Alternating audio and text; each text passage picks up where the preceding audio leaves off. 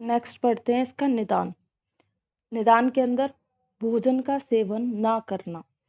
अगर लंबे टाइम तक कोई व्यक्ति भूखा रहता है, भूखा रहेगा तो क्या होगा, वायु का प्रकोप होगा और वो वायु प्रकोपित होकर के डिस्टर्ब करेगी। या फिर ऐसा कर रहे हैं कि लंबे टाइम से भूखे हैं, फिर एक साथ जो है बहुत सारे आहार का सेवन कर लिया, तो भी क्या होगा, सेम प्रोसेस होगा। वो पहले से प्रकोपित वायु क्या करेगी, उस भोजन के पाचन का डिस्टरबेंस करेगी और उसकी वजह से कफ और पित्त को डिस्टर्ब करेगी। तो भोजन का सेवन ना करना, अजीर्ण होने पर भी भोजन का सेवन करना, यानी कि आपने पहले का जो भोजन किया हुआ है उसका भी डाइजेशन नहीं हुआ। जैसे मान लो रात को खाना खाया और वो सुबह तक डाइजेस्ट नहीं हुआ, फिर भी क्या है, मॉर्निंग में आहार कर लिया, सुबह फिर से खाना खा लिया, तो भी क्या है, उस व्यक्ति को गृहिणी रोग हो सकता है। यानी कि क्योंकि अजीर्ण अगर हो रखा है, अजीर्ण की कंडीशन है, तो भी क्या होगा, पहले से कफ और पित्त डिस्टर्ब होंगे और वायु प्रकोपित होगी। तो वही ये भी हम देखेंगे कि ये क्या है, त्रिदोषज व्याधि है। लेकिन अगर हम प्रधानता बोलेंगे तो हम इसके अंदर वात और पित्त की प्रधानता बोलेंगे। जैसे हमने प्रवाहिका के अंदर वात और कफ की प्रधानता बोली, यहाँ पर हम वात और पित्त की प्रधानता बोलेंगे। तो अजीर्ण होने पर भी अगर व्यक्ति भोजन कर रहा है तो भी क्या होगा, वो डिस्टर्ब करेगा किसको, वात पित्त कफ को। विषमासन कर रहा है या असात में भोजन कर रहा है, तो निदान तो आप देखते आ रहे हो, पूरे अन्नवय स्रोतस में सेम ही चलेंगे निदान। आचार्य सुश्रुत के जो निदान है वो आपको स्पेसिफिक याद रखने हैं, इंपॉर्टेंट निदान है, याद रखने हैं। जैसे हमने कल अतिसार के निदान में देखा था कि अगर किसी को गृहिणी और अर्श रोग हो रखा है तो उसको अतिसार हो सकता है। ऐसे ही यहाँ पर कि अगर किसी को अतिसार हो रखा है तो उसे गृहिणी हो सकता है। क्यों? क्योंकि अतिसार का भी मेन कारण क्या था, अग्निमांद्य। यहाँ भी कारण क्या है, अग्निमांद्य। तो अगर किसी व्यक्ति को अतिसार है, यानी कि उसकी अग्नि जो है लंबे टाइम तक मांद्य बनी रहेगी और फिर उसके बावजूद भी वो आहार का सेवन कर रहा है, तो उसको गृहिणी रोग हो सकता है। या फिर अगला पॉइंट और भी ज्यादा इंपॉर्टेंट है, किसी को अतिसार रोग था, वो व्यक्ति ठीक हो गया लेकिन फिर भी उसने क्या किया, वापस से निदान का सेवन शुरू कर दिया। यानी कि अतिसार की निवृत्ति के पश्चात, अतिसार से ठीक हो गया, उसके बाद भी उसने क्या है, वापस से वही निदान का सेवन शुरू कर दिया जिससे उसे अतिसार हुआ था। या फिर ऐसे अहित आहार विहार का सेवन कर रहा है जो उसकी अग्नि को डिस्टर्ब करेगा, तो भी उस व्यक्ति को क्या हो सकता है, गृहिणी रोग हो सकता है। तो ये जो ऊपर जो निदान पड़े थे वो तो सभी डिजीज में सेम रहेंगे, चाहे वो गृहिणी हो, अतिसार हो, कुछ भी हो। लेकिन ये वाले निदान आपको याद रखने हैं। और तीसरा जो मेन इंपॉर्टेंट कॉज होता है वो होता है इसका अग्निमांद्य। किसी ने ऐसे निदान का सेवन किया है जिससे उसकी अग्नि कंटिन्यू मांद्य रही है, तो उसको गृहिणी रोग हो सकता है। तो आपको ये दोनों बातें तो याद रखनी, ये तो रही जाएगी इजीली याद। ये दोनों बातें याद रखनी है कि अगर किसी को अतिसार है तो भी गृहिणी हो सकता है, किसी को अतिसार था वो ठीक हो गया लेकिन वापस से उसने निदान का सेवन किया तो भी उसको गृहिणी रोग हो सकता है। एक तो आमवात रोग और एक ये गृहिणी, इसके अंदर आपको कोटेशन याद करने हैं अगर आपको एग्जाम में अच्छे मार्क्स चाहिए तो। अगर अन्नवय स्रोत से वैसे ज्यादातर तो एक या दो डिजीज पूछी जाती है बड़े क्वेश्चन में, लेकिन अगर उसने एक ही डिजीज पूछनी है तो वो गृहिणी ही पूछेगा, उसके अलावा कहीं नहीं जाएगा। सबसे इंपॉर्टेंट डिजीज है पूरे अन्नवय स्रोत की, गृहिणी से क्वेश्चन हर बार आएगा। गृहिणी और अन्न द्रवशूल और परिणामशूल, ये दो चैप्टर बहुत इंपॉर्टेंट है इसके अंदर। अतिसार का तो ऐसे हो जाता है कि उसको सापेक्ष निदान पूछना है तो पूछ सकता है, लेकिन यहाँ से क्वेश्चन जरूर आएगा। तो यहाँ पे आपको पूर्व रूप का कोटेशन याद करना है, इसीलिए इतना सारा बोला है मैंने। ठीक है, तो एग्जाम के पॉइंट ऑफ व्यू से 2 नंबर में भी पूछा जा सकता है, लेकिन मेनली इसका क्वेश्चन आता है 10 नंबर का। 2 नंबर में इस चैप्टर को खराब नहीं करते हैं वो लोग। तो 10 नंबर में जब भी क्वेश्चन पूछेंगे तो पूर्व रूप का कोटेशन आपको पता होना चाहिए। 3-4 ही पूर्व रूप हैं इसके। पूर्व रूपम तु तस्येदम तृष्णा आलस्य बलशय। क्या क्या होगा, गृहिणी रोग होने से पहले उसको तृष्णा होगी, तृष्णा रोग हो जाएगा। क्योंकि अभी क्या बोला मैंने, वात पित्त प्रधानता है। और तृष्णा रोग भी कैसा होता है जब पढ़ेंगे अपन, तृष्णा रोग में भी दोष कौन से होते हैं, वात पित्त प्रधान होते हैं। वात और पित्त के कारण, वायु के रुक्ष गुण के कारण और पित्त के उष्ण गुण के कारण क्या होती है, तृष्णा होती है। आलस्य, अग्नि मांद्य रहेगी, भोजन का पाचन नहीं होगा, धीरे धीरे कफ की वृद्धि होने लगेगी, इसलिए उसके अंदर आलस्य की कंडीशन बनी रहेगी। फिर क्या होगा, विदाहो अन्नस्य बलशय, और इसके अंदर बल का क्षय क्यों? क्योंकि आहार तो गृहिणी धारण ही नहीं कर रही है, उसका पाचन ही नहीं कर पा रही है, तो उससे धातुएं नहीं बनेंगी प्रॉपर, इसीलिए उसके अंदर बल की क्या रहेगी? कमी रहेगी। विदाहो अन्नस्य पाकस्य चिरात कायस्य गौरवम। क्या होगा? खाए हुए अन्न का विदा। खाए हुए अन्न का विदा यानी कि जो भी उसने आहार किया है उससे उसको बर्निंग रहेगी, गले में हो सकती है, पेट में हो सकती है। क्यों हो सकती है? क्योंकि यही बोल दिया मैंने, भोजन किस अवस्था में रहेगा? विदग्ध अवस्था में, अम्लीय अवस्था में। जहां भी बर्निंग हो रही है, दाह हो रहा है, विदाह हो रहा है, किसकी वजह से होता है? पित्त की वजह से होता है। और यहाँ पर भोजन कौन सी अवस्था पाक में पड़ा हुआ है? अम्ल अवस्था पाक में पड़ा हुआ है, इसीलिए खाने में क्या होगा? उसको खाए हुए अन्न से उसको क्या होगा? विदाह होगा। और क्या होगा? भोजन का चिर पाक यानी कि डिले डाइजेशन। 5-6 घंटे में ना हो करके 8 घंटे, 10 घंटे, 12 घंटे, जितने भी लंबे टाइम तक उसका डाइजेशन चलता रहेगा। क्यों चलता रहेगा? क्योंकि अग्नि कैसी है? मांद्य है। तो भोजन का क्या होगा? चिरपाक।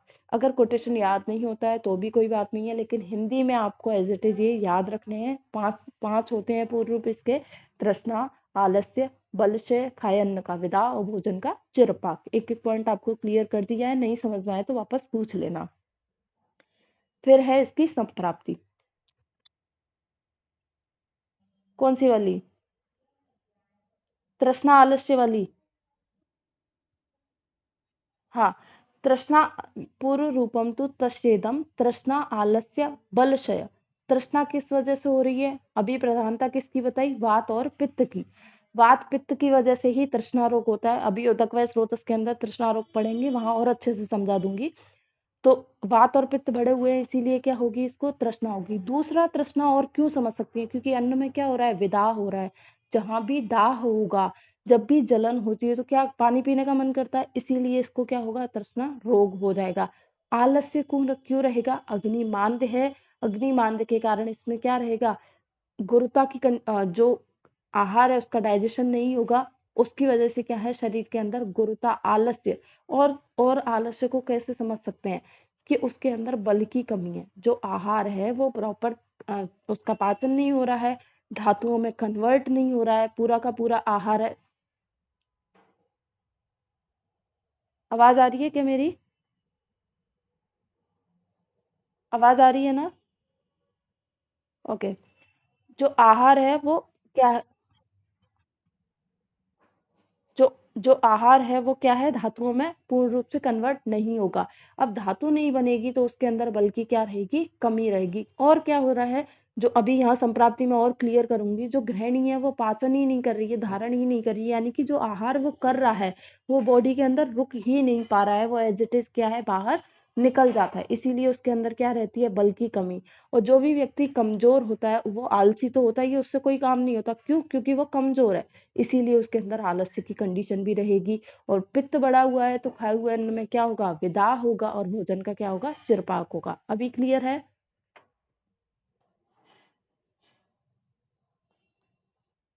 ओके। चलो संप्राप्ति पढ़ते हैं नेक्स्ट इसकी। संप्राप्ति में क्या बोल रहा है? ये जो डेफिनेशन लिखी हुई है ये लिखी हुई है गृहिणी की। गृहिणी के बारे में बताया गया है कि गृहिणी है क्या। क्योंकि हम रोग पढ़ रहे हैं गृहिणी का, तो हमें पहले ये तो पता होना चाहिए कि गृहिणी है क्या, गृहिणी क्या काम करती है। तो क्या बोला गया है? अपक्वम धारियत अन्नम, यानी कि अपक्व अन्न का धारियत धारण करती है। पक्वम सृजति पार्श्वतः, जो पका हुआ होता है, जो पाचित अन्न है उसको आगे पहुंचाती है, पार्श्व में पहुंचाती है, आगे पहुंचाती है। दुर्बला दुर्बला अग्निबला दुष्टत्वामेव विमुंचति। अगर अग्नि का जो बल है वो कमजोर हो जाता है तो इससे आम का निर्माण होता है, ये लिखा हुआ है इसके अंदर। तो आपको पहली लाइन जो है वो पूरी की पूरी गृहिणी के लिए है, ये आपको याद रखनी है। कोटेशन याद नहीं हो कोई दिक्कत नहीं है, और किसी को इजीली याद होते हैं तो कर लेना, लेकिन नहीं हो रहा है तो कोई बात नहीं है। तो क्या लिखा हुआ है इसमें? अपक्वम, गृहिणी के बारे में लिखा हुआ है। गृहिणी का काम क्या है? गृहिणी के षष्ठी पित्त दरा कला, उसी को हम क्या मानते हैं? गृहिणी मानते हैं। पित्त दरा कला यानी कि अग्नि की बात हो रही है। तो गृहिणी क्या है? अग्नि का आश्रय स्थल है। गृहिणी किसको बोलेंगे? जहां अग्नि है, जहां अपनी जठराग्नि रहती है, वही क्या है? गृहिणी है। तो ये क्या करती है? ये खाई अब अग्नि ही पाचन करती है। अब गृहिणी को आप एक तरह से अग्नि समझ लीजिए कि अग्नि के बारे में बात कर रहे हैं हम। तो अग्नि का काम क्या होता है, खाए हुए अन्न को वो ग्रहण करेगी, उसका पाचन करेगी और जो पच जाएगा उसे आगे पहुंचाएगी। ये काम क्या है, गृहिणी का।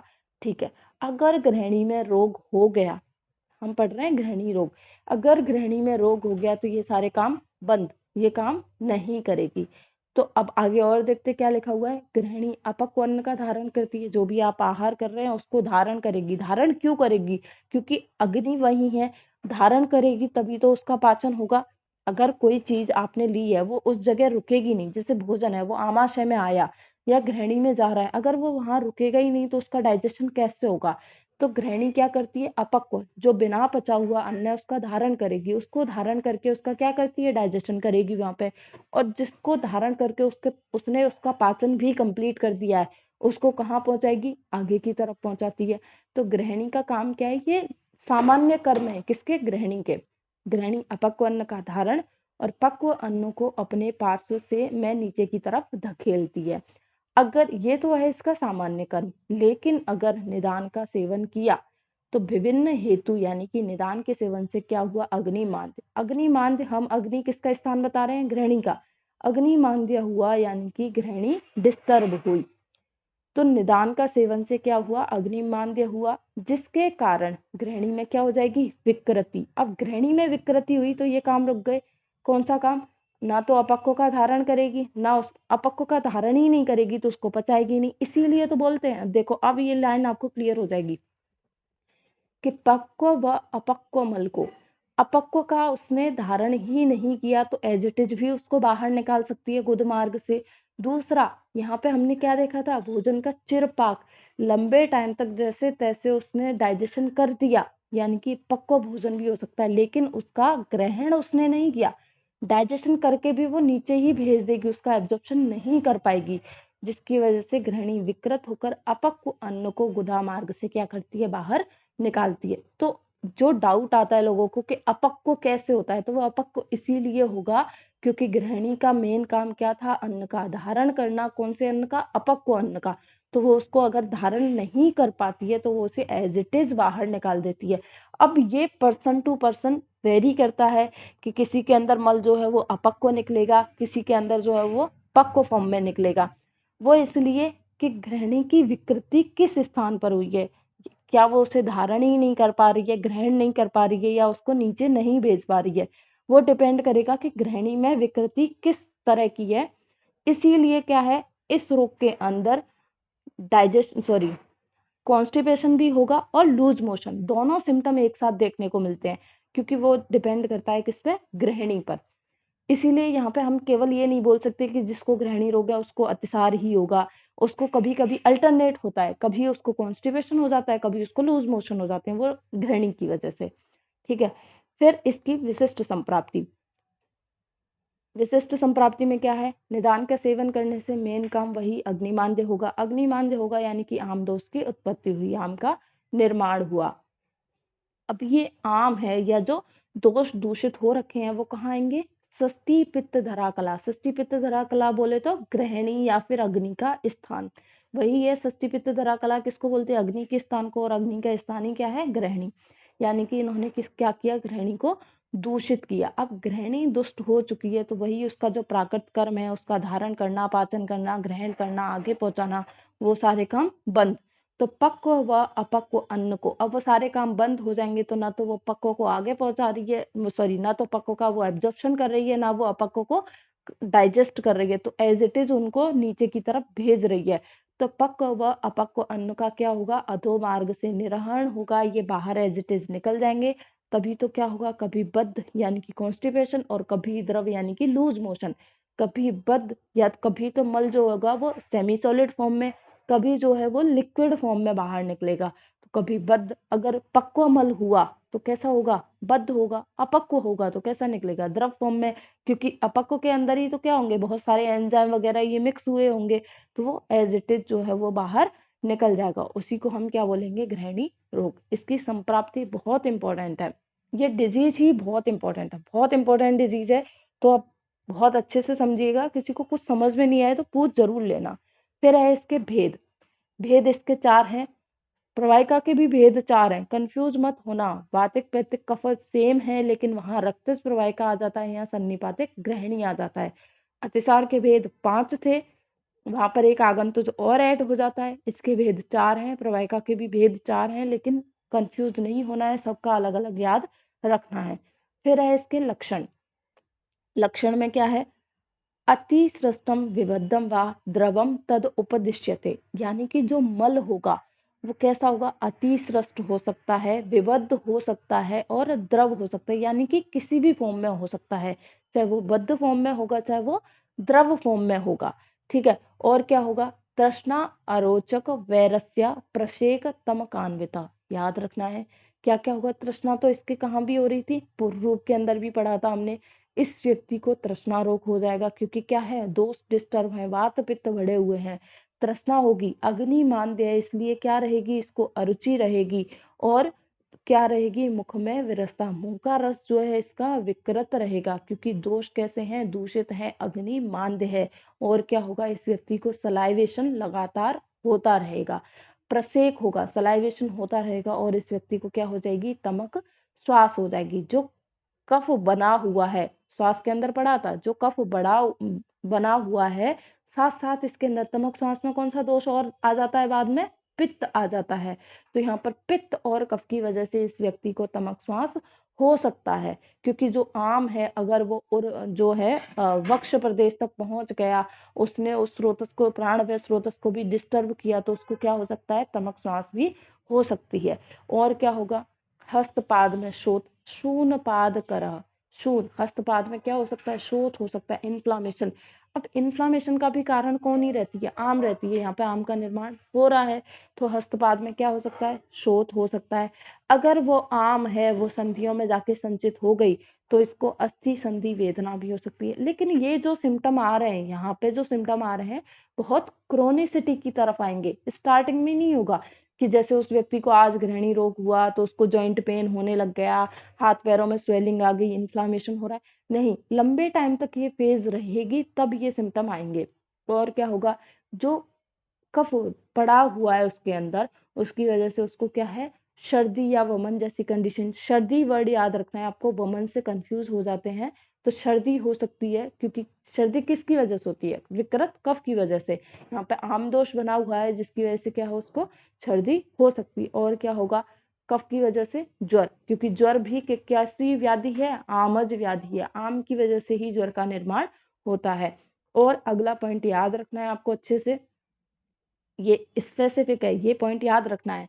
लोह व आम के समान गंध युक्त तिक्त अम्ल उद्गार, जो उद्गार आएगी, जो उसको उद्गार आएगी, अब भोजन इसका कैसी अवस्था में, विदग्ध अवस्था में, ठीक है, तो जो इसको उद्गार आएगी वो कैसी आएगी, पित्त के जैसी, तिक्त और अम्ल उद्गार आएगी, उसमें से गंध कैसी आएगी, लौह के समान और आम के समान उसमें से गंध आएगी। ये पॉइंट आपको अलग से हाईलाइट करके लिख के आना है, तभी आपके एग्जामिनर को लगेगा कि इस बच्चे ने ग्रहणी रोग अच्छे से पढ़ा है, क्योंकि यही इसका स्पेसिफिक पॉइंट है। आपको ये तीनों लाइन भले ही याद नहीं करनी, लेकिन अगर हो सके इजीली तो ये लाइन तो संस्कृत में याद कर लेना, कि उसके जो ग्रहणी रोग का एक लक्षण क्या होता है, कि उसको जो उद्गार आती है वो तिक्त अम्ल उद्गार आती है, लोह और आमगंध के समान। जैसे सुश्रुत ने इसके निदान बताए थे, वैसे ही इसके लक्षण भी 3 उसने अलग बताए हैं। क्या बताए हैं, खाना खाते ही स्पेसिफिक करेक्टर है, अगर पेशेंट आपके पास आएगा तो सबसे पहली बात यही बोलेगा, जिसको आचार्य चरक क्लैरिफाई नहीं करते हैं, आचार्य सुश्रुत बताते हैं, सबसे पहली कंप्लेन उसकी यही होगी, खाना खाते ही उसको मोशन जाना पड़ता है, भोजन के तुरंत बाद आम मल की प्रवृत्ति, यानी कि क्यों हो रहा है ऐसा, क्योंकि गृहिणी क्या है, धारण ही नहीं कर रही, जैसा खाया वैसा का वैसा ही बाहर निकाल दिया, भोजन के तुरंत बाद, ये इसका स्पेसिफिक फीचर है ग्रहणी रोग का। अगर पेशेंट ने आके ये बोल दिया तो आपको तुरंत क्लियर हो जाना चाहिए कि कुछ नहीं है इसको, ना ग्रहणी है, सॉरी ना अतिसार है, ना प्रवाहिका है, इसको ग्रहणी रोग है। अगर भोजन के तुरंत बाद ही उसको मल त्याग के लिए जाना पड़ रहा है, वो भी कैसा, आम युक्त, क्योंकि भोजन करते ही क्या बढ़ेगा, कफ बढ़ेगा, और वो कफ की वजह से उसके अंदर आम मिश्रित हो जाएगी। तो अगर डायरेक्ट ही खाना खाते जा रहा है, क्यों जा रहा है, क्योंकि ग्रहणी धारण नहीं कर पा रही है। और क्या होगा, दुर्गंध युक्त होगा, कभी बद्ध होगा, अगर पाचन हुआ है तो बद्ध होगा, और पाचन नहीं हुआ है तो कभी कैसा होगा, द्रव होगा। और पीड़ा युक्त मल का त्याग। मल कैसा रहता है? आम युक्त रहता है, दग्ध रहता है, इसीलिए उसको शूल के साथ क्या होगा? मल का त्याग होगा। तो ये बात तो आपको याद रखना है, पहला पॉइंट तो याद रखना है, बाकी दूसरा हम पहले ही पढ़ चुके हैं और तीसरा कुछ इंपॉर्टेंट नहीं है, लेकिन पहला पॉइंट आचार्य सुश्रुत ने क्लियर किया है कि अगर खाना खाते ही वो व्यक्ति मल त्याग के लिए जा रहा है तो वो उसको क्या है? ग्रहणी रोग। फिर है इसके दोष के अकॉर्डिंग वातिक, पैतिक और कफज। वातिक के अंदर क्या होगा? ग्रहण किए अन्न का कष्टपूर्वक पाक होना, वायु उसका पाचन नहीं हो। वैसे ये जो लक्षण है वो सबके अंदर ही मिलता है, लेकिन वायु के अंदर इसलिए बोल दिया कि वायु सबसे पहले क्या करेगी? अग्नि को डिस्टर्ब करेगी। वायु ही एक ऐसी होगी जो और दोषों को उसके साथ लेके आएगी। तो इसीलिए क्या होगा? ग्रहण किए जो भी खाना उसने खाया उसका पाचन कैसा होगा? कष्टपूर्वक होगा, बहुत लंबे टाइम तक डाइजेशन चलता रहेगा। और उस व्यक्ति को क्या होती है? सर्वरस भक्षण की इच्छा होती है, यानी कि इस व्यक्ति को बोल सकते हैं कि अरुचि हो रही है, लेकिन जब भी इसका खाना खाने का मन करेगा, क्योंकि वायु के शमन के लिए और अग्नि के वर्धन के लिए उसकी जो इच्छा होगी वो उसको सभी रस खाने की होगी। उधर तो वायु भी बढ़ी हुई है, अग्नि भी डिस्टर्ब है, तो जो अग्नि को बढ़ाएगा वो क्या होगा? वात शामक होगा। तो इसीलिए इसको क्या होता है? सर्वरस भक्षण की इच्छा होती है। भोजन के पच जाने पर पाचन काल में क्या होगा? आधमान होगा। अगर जैसे तैसे उसका डाइजेशन हो भी गया, चाहे वो डिले हुआ है, कैसे भी हुआ है, पच जाएगा तो और पच जाने पर क्या होती है? वायु का वर्धन होता है। वायु स्वभावतः वायु बढ़ जाती है जीर्ण अवस्था में। और ग्रहणी भी हम कौन सी पढ़ रहे हैं? वातिक। तो उसको क्या हो जाएगा? वायु और ज्यादा प्रकोपित हो जाएगी, तो उसको क्या होगा? भोजन के पाचन हो जाने पर क्या हो जाएगा? उसको आधमान हो जाएगा, या फिर पाचन काल में भी हो सकता है, क्योंकि वो अगर वायु बढ़ी हुई है तो उसके उदर को फुला देगी। थोड़ा भोजन करने पर स्वास्थ्य की प्रतीति होती है। थोड़ा सा खाना खा लेगा तो उसको अच्छा फील होगा। क्यों होगा? क्योंकि खाना खाते क्या होगा? वायु का शमन होगा। तो उस वायु के शमन के कारण उसको क्या है? जब भी वो भोजन करेगा तो उसको थोड़ा रिलीफ मिलेगा, और अगर खाली पेट रहेगा तो उसको हो सकता है ज्यादा पेन हो। और क्या होगा? मुख का स्वाद जो है वो विगुणित हो जाएगा, विकृत हो जाएगा वायु की वजह से। दुर्बलता रहेगी, क्योंकि बल की क्षय, ये पॉइंट क्लियर कर चुकी हूँ, बल का क्षय रहेगा, आलस्य रहेगा, वो उसी वजह से। और वायु की वजह से उसके गुद में कर्तनवत पीड़ा होगी। जो परिकर्तिका पढ़ते हैं हम, वो किससे होता है? वातिक ग्रहणी में होता है। जो वायु है अगर वो गुद मार्ग में आश्रित हो गई तो वहां पर कैसी पीड़ा करेगी? कर्तनवत, कैंची के समान काटने जैसी पीड़ा करेगी। पैतृक ग्रहणी में क्या होगा? मल कैसा निकलेगा? नील पीता वर्ण का, मल्टी कलर युक्त कैसा निकलेगा? उसका मल निकलेगा। अम्लोदगार सामान्य लक्षण में भी पढ़ा था, कैसी आएगी? अम्लोदगार आएगी, पूय युक्त होगी, उसको अरुचि होगी, तृष्णा होगी। ये पॉइंट याद रखना, यहाँ पर अरुचि हो रही है, यहाँ भी अरुचि होगी, कहीं तो लिखा होगा, और यहाँ पर उसको सर्वरस भक्षण की इच्छा होती है। ठीक है, यहाँ पर अरुचि रहेगी उसको, ठीक है, क्योंकि भोजन जो है वो उसकी विदग्ध अवस्था में पड़ा रहेगा। दूसरा यहाँ पे पित्त और ज्यादा स्वभावतः बढ़ जाता है, इसीलिए उसको अरुचि की कंडीशन रहेगी। तृष्णा होगी, और बढ़े हुए पित्त के कारण क्या होगा? हृदय व कंठ में दाह होगा। फिर है कफज ग्रहणी। कफज ग्रहणी में क्या है? खाए हुए वही चिरपाक होगा, उसका खाए हुए अन्न का कठिनता से पाचन होगा। मल कैसा निकलेगा? पतला निकलेगा। आम, गुरु व कफ युक्त मल का निस्सरण होगा। मल के साथ कफ आएगा, गुरु होगा, आम युक्त होगा। ये पॉइंट इंपॉर्टेंट है। पीड़ित व्यक्ति कृश नहीं होता है, व्यक्ति पतला नहीं होगा, लेकिन दुर्बल रहेगा। दुर्बल क्यों रहेगा? क्योंकि उसके अंदर जो है खाने का पाचन नहीं होता है, आहार रस रस धातु आके नहीं बनती है, लेकिन कृश नहीं होता है, पतला नहीं होगा। दोनों पॉइंट में अंतर है, दुर्बल और कृश दोनों को आप अलग अलग समझिएगा। एक व्यक्ति भले ही पतला है लेकिन उसके अंदर वीकनेस नहीं है, दुर्बलता नहीं है, यानी कि उसके अंदर फुर्ती है, वो कोई भी काम कर सकता है। लेकिन एक व्यक्ति भले ही मोटा ताजा है, ये तो हमने स्थौल्य के अंदर भी पढ़ा था कि व्यक्ति हमेशा दुर्बल रहेगा। तो वो इसलिए रहेगा क्योंकि यहाँ पे अग्नि डिस्टर्ब है, उसका जब भी जो भी वो आहार कर रहा है, न्यूट्रिशन नहीं मिलेगा बॉडी को, तो नो डाउट दुर्बलता तो रहेगी रहेगी। तो व्यक्ति क्या है? क्रश नहीं होता है लेकिन दुर्बल रहता है। और क्या होगा? उसको नोजिया, वॉमिटिंग, एनोरेक्सिया, क्या है? अरुचि की कंडीशन रहेगी। और मुख कैसा रहेगा? माधुर्य, बढ़े हुए कफ की वजह से मुंह कैसा रहेगा? उसका मीठा मीठा रहेगा, मुख में मधुरता रहेगी। तो यह इस कफज और वातिक पैतिक कफज ग्रहणी, ऐसे लक्षण आपको एक एक दो दो लक्षण याद कर लेने हैं, बाकी इसके सामान्य लक्षण आपको अच्छे से याद रखने हैं। फिर है इसकी साध्य साध्यता। अगर बच्चों को गृहिणी रोग हो जाता है तो वो कैसा होता है? कृष्ण होता है। युवाओं में भी कैसा होता है? कृष्ण होता है। और वृद्ध में कैसा होता है? ये असाध्य होता है। एक दोषज जो होगा वो साध्य होगा, सन्निपातक जो होगा वो कृष्ण होगा। तो साध्य साध्यता भी थोड़ी ऐसे याद रख लीजिएगा। बाकी इंपॉर्टेंट तो सबसे इंपॉर्टेंट तो है इसमें इसकी संप्राप्ति। फिर पूर्व रूप याद रखने हैं। और लक्षण आपको सामान्य लक्षण तो सबसे पहले याद रखने हैं। चाहे वातिक पित्तिक कफज आपको याद नहीं होते तो भी आप उसमें लिख सकते हो। और कुछ याद नहीं आ रहा है तो अतिसार के जैसे मल की अपीयरेंस लिख दो, किसमें शूल होगा किसमें नहीं होगा, अरुचि किसमें होगी, तृष्णा किसमें होगी, ऐसे लिख सकते हो। बाकी सामान्य लक्षण आपको अच्छे से इसमें याद रखने हैं।